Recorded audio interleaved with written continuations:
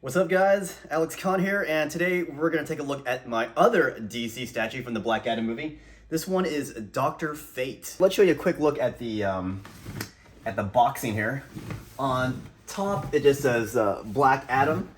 As you spin it, it's got some more images of the Dr. Fate statue. It says it's approximately 12 inches tall and made by McFarlane Toys.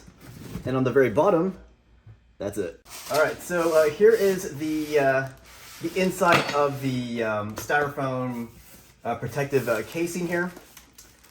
So here is the figure itself. You can see there's all kinds of these silica packs here. All right, and here's the base of it. Mine happens to be number, looks like 521 of 1200. So they made 1200 of these. Whereas with the Black Adam statue, they only made 1,000 of those.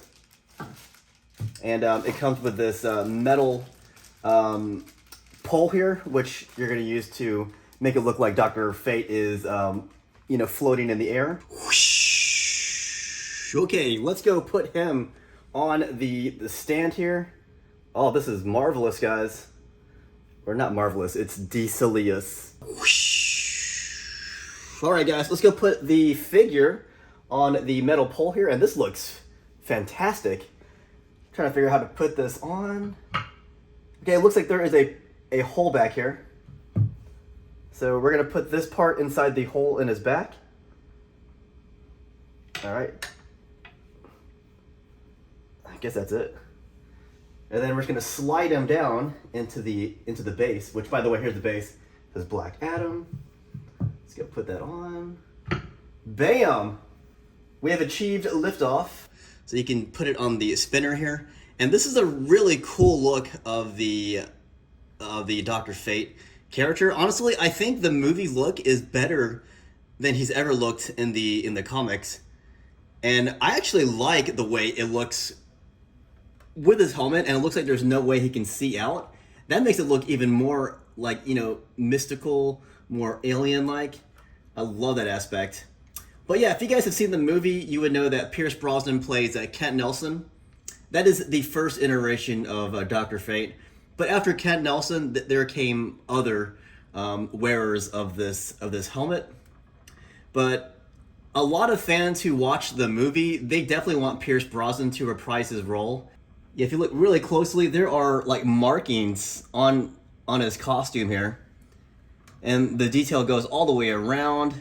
It's on his cape as well. See all those little symbols in his cape? Yeah, this is very beautiful. And apparently, Pierce Brosnan had some kind of say in what the helmet looked like. When he was first presented with the first prototype version of his helmet, he said it looks like a bucket. And I think after that comment, they went back to the drawing board and they redesigned it. But it looks fantastic. Oh, I just noticed this. He had this little amulet down here on top of his gauntlet here. I love the way they have him, kind of floating in the air with this pole. I would just be very careful. Don't put it somewhere where someone could knock him over, because this is just made of resin, so this could definitely shatter if it just like fell on the ground here.